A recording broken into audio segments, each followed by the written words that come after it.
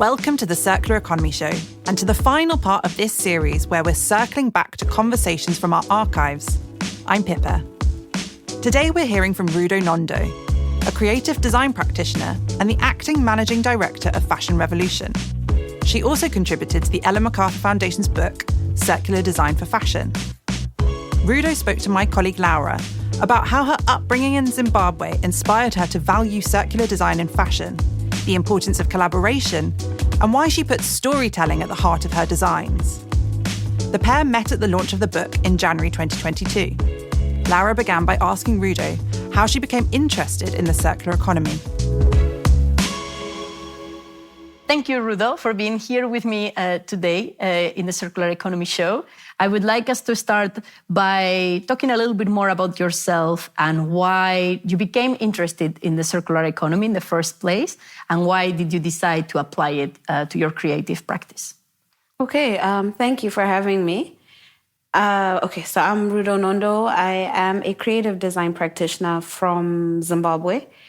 And I'll say creative design practitioner because I started off in fashion, then continued to work or evolved to work with communities and artisans within communities.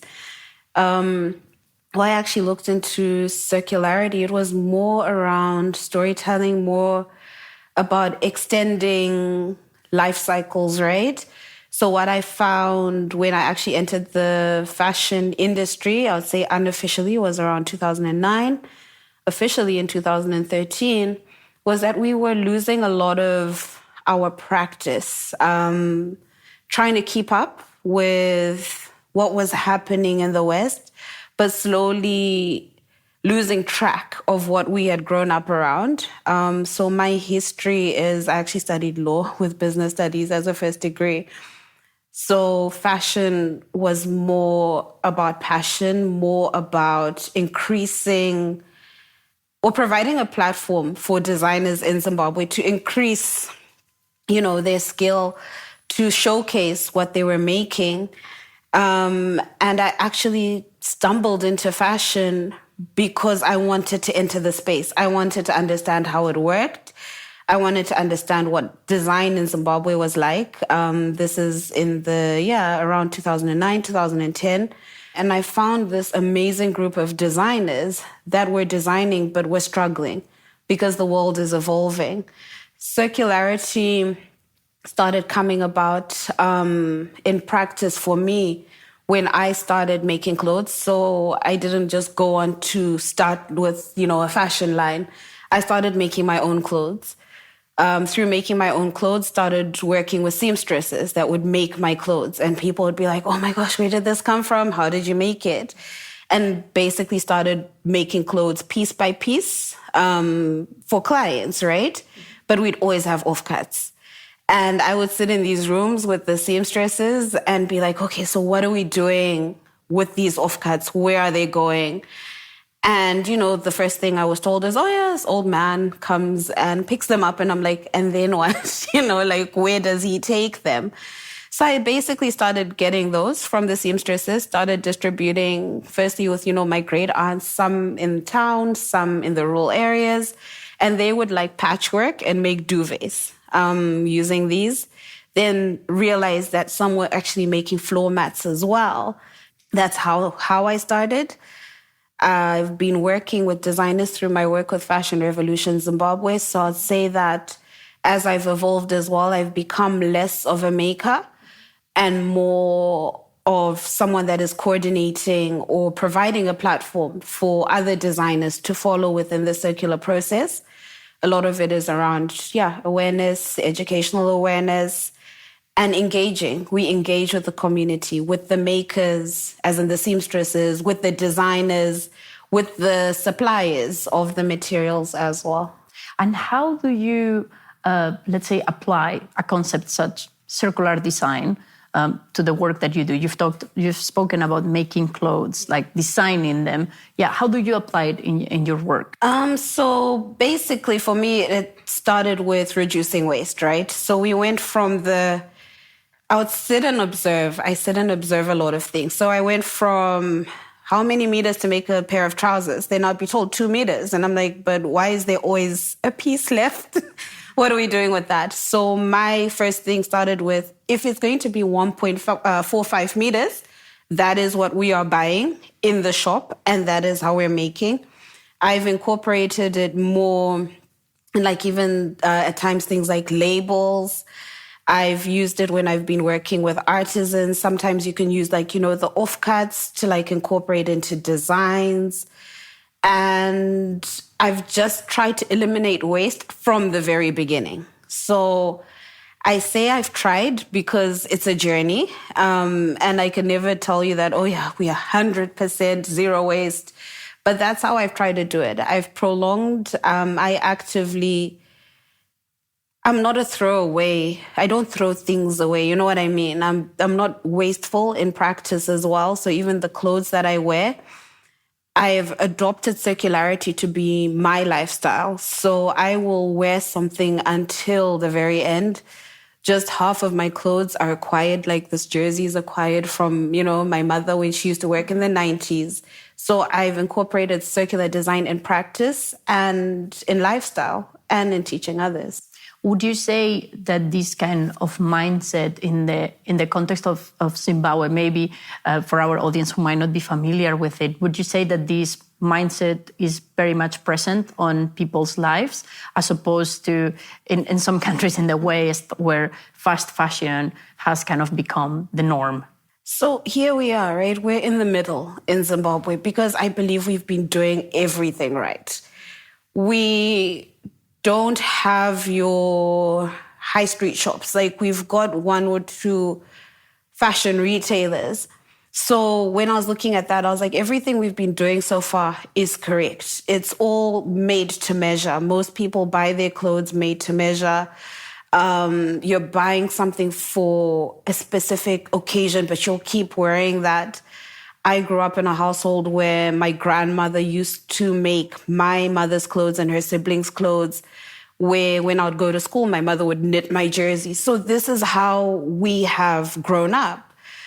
But we are now in the middle where we're like, let's keep up with the West. So I'm kind of right there saying, actually, no, let's continue doing what we were doing.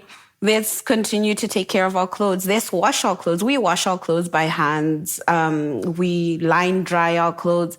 So we try, but overconsumption is literally knocking on our door.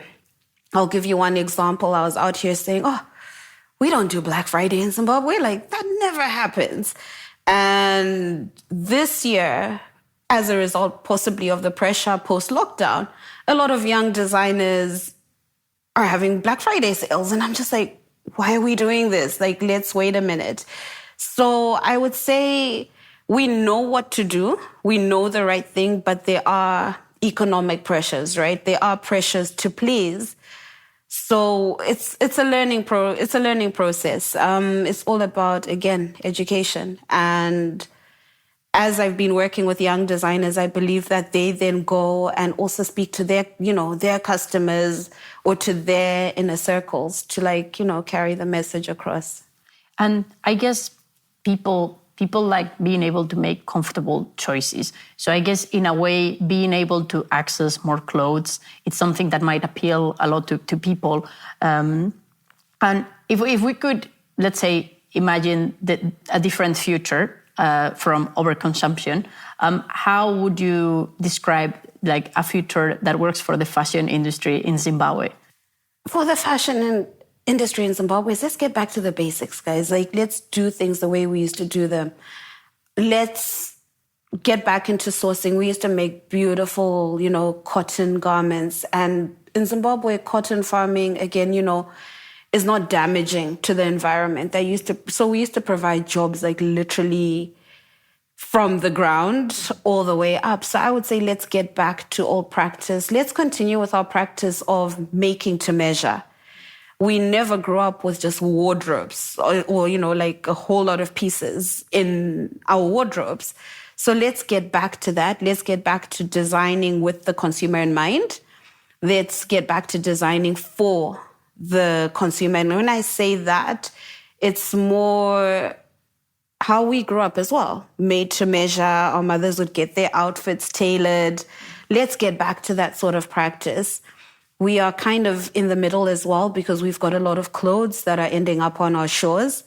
And another way that I've been promoting that we kind of deal with this problem is instead of buying brand new like zippers and buttons and things like that, let's see what we can get from the bales, right? Let's pull products apart and start designing with that.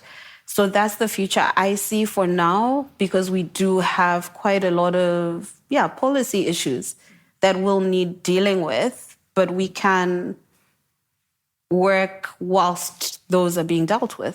And do you think, is there a place in this kind of vision for big companies as well to play a role? Definitely. And I would say, again, it's about the companies understanding the environment and the ecosystem. And we don't buy a lot of clothes. I get shocked. Like, I got shocked the other day when I was on what I call Zim Twitter. And someone was like, oh, so how long does it take for Shein to deliver? And I'm like, why are we ordering from Shein right now? Like, you know what I mean? So I think there is a role that the companies can play in how they are producing, and maybe it's all about designing with the client in mind. So in terms of reducing waste, I've worked with one company as well that was a factory that was producing for a retailer, and they would give me all their offcuts, and then I would use those or distribute amongst designers that needed them as well. So for now, that's the role that they can play. And it's also about just making less, right? Let's not make things that just for the sake of making. Let's make things as they are needed. So I guess it's just them realizing the potential of also changing their business models, because they can still make money from this economic opportunity, but it's about how you can make money without actually maybe making more clothes or using more materials or resources. Exactly. It's about looking at what's in your warehouses, looking at what's in your stock rooms. We have just adopted fabric from a textile mill that shut down. And as we're going through these samples, like, we just got a room full of fabric, right? And I was like, I'll take it, find a home for it. And there are beautiful samples from the 80s. Like, they still have the stamp that this was made in 1989, 1990. So it's about using that fabric. And that's what we've been using in the last 3 projects that I've been working in.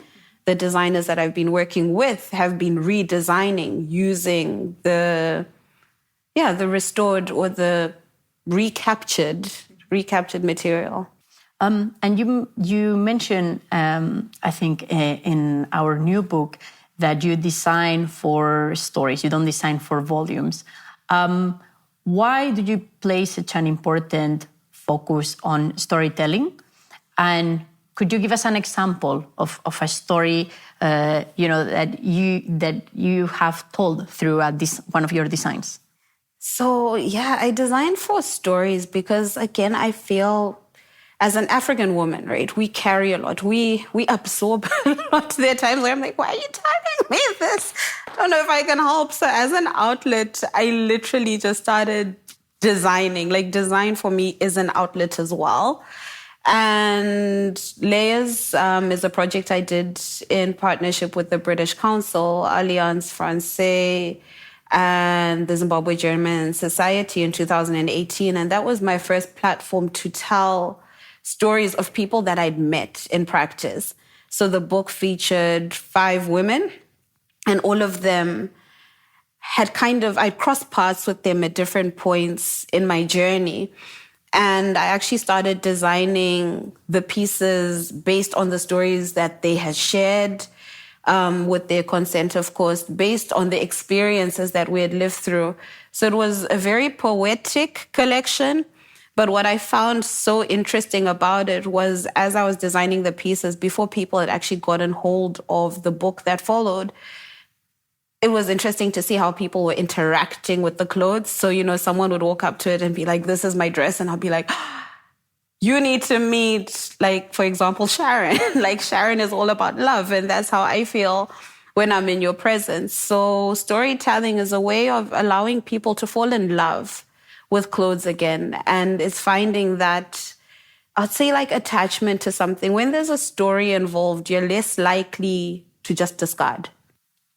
I think something you're saying, it's just making me think about how important it is and how maybe we've become really detached from our clothes because we literally just buy them in the shop and we don't know where the material's coming from, what is even made of. And I think like this whole idea of circular design and something that I'm figuring out in these conversations is that there are many ways of doing circular design and it means different things for different people.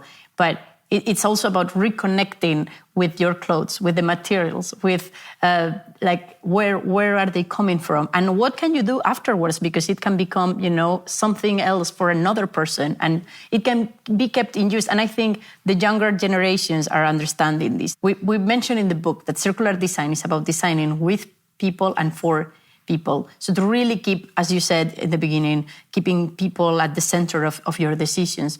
What's your take on this? My take is when we're designing with people, it's bringing them into the design process.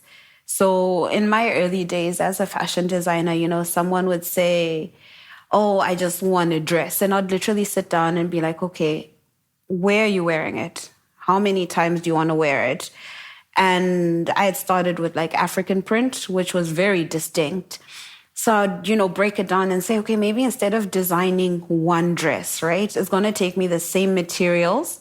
Why don't we design a skirt and a top? And it has the illusion of a dress. That is how I started designing with people. And they'll be like, oh, yeah, you know, that makes sense. I can break this piece up and down and wear it in many different places. When I started looking at the notion of designing for people, I'm living in a country right now which is right in the middle of a climate crisis. And at this point in time, it's a very new notion as well. Like, we understand that weather patterns are changing. We understand that. We understand that farming seasons are changing, but we don't quite understand how and why. So when we bring designing for people into circularity, it's about preserving. When we are recapturing those materials from landfill, it's because I know that we survive from what comes from the ground. So what we don't want is having unused clothes just building up on that ground. So my designing for the people is not only designing for us, but then the generations to come as well. And it's almost like stopping the damage before it comes, because the damage is there, it is coming, but we're not understanding the science of it. So with people, let's bring everyone along in the journey. It's why I've now gone from less of designing myself to what I call the boring Excel spreadsheets, concept notes, and, you know, the admin of it, is because I believe in bringing as many designers on board as I can. And that way they can also make changes in their spaces. So it's about really bringing people on board, collaborating. And also what I'm hearing is that it's about just thinking about how we can design out that waste and that pollution before it even exists. And that's the power of design. That's it. Thank you so much, Rudo, for being here with me today. I love Rudo's call to start designing for the individual and thinking about how we can take traditional buying habits and apply circular design principles to what we wear. I hope you've enjoyed this episode and our series circling back on conversations you might have missed the first time around. We've published over 100 episodes of this podcast, so take a look in our archives for some other gems. You can also find out more about circular design for fashion in our show notes. We'll be back soon with new stories from the circular economy. Until then, we'd really appreciate it if you could share this with your friends and colleagues, or why not leave us a review? Thanks for listening. See you next time.